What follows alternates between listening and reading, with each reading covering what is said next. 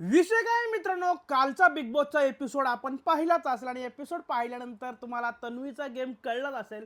तन्वीमुळे काल प्रभू कॅप्टन पदाच्या उमेदवारीसाठी पुढच्या राऊंडमध्ये जाऊ शकला नाही.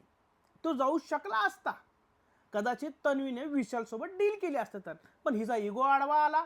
म्हणली मी नाही करू शकत, नाही करू शकत, दुश्मनाचं हे करू शकत नाही, दुश्मनासोबत ते करू शकत नाही.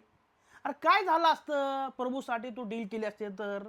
तुझ्यासाठी ते करायचं नव्हतं, प्रभूसाठी करायचं होतं, पण नाही. इगोच मॅटर.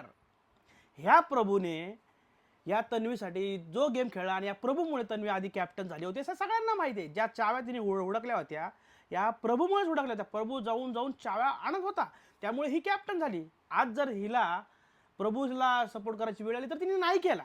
मी नाही केला, नाही केला. काटातल्या एकाही माणसाने प्रभूसाठी धाव घेतली नाही. विशाल माणूस कसाही असला ना, पण तो शब्दावर ठाम आहे. त्यांनी जर कुणाला शब्द दिला ना, दिला, तो म्हणत होता डील कर, डील कर, डील कर, पण नाही केला या बाईने डील. म्हणून आम्हाला असं नेहमी वाटतं की बाबा ही बाई आहे ना, म्हणजे तन्वी आहे, ही खूप फेक आहे. ही फक्त स्वतःसाठीच खेळते आणि प्रभूचा वापर ती फक्त स्वतःसाठीच करून घेत आहे.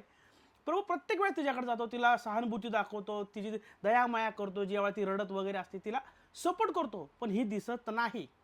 बाकी तुमचं काय मत आहे तुम्ही खाली करू शकता कॉमेंट बॉक्समध्ये प्लीज.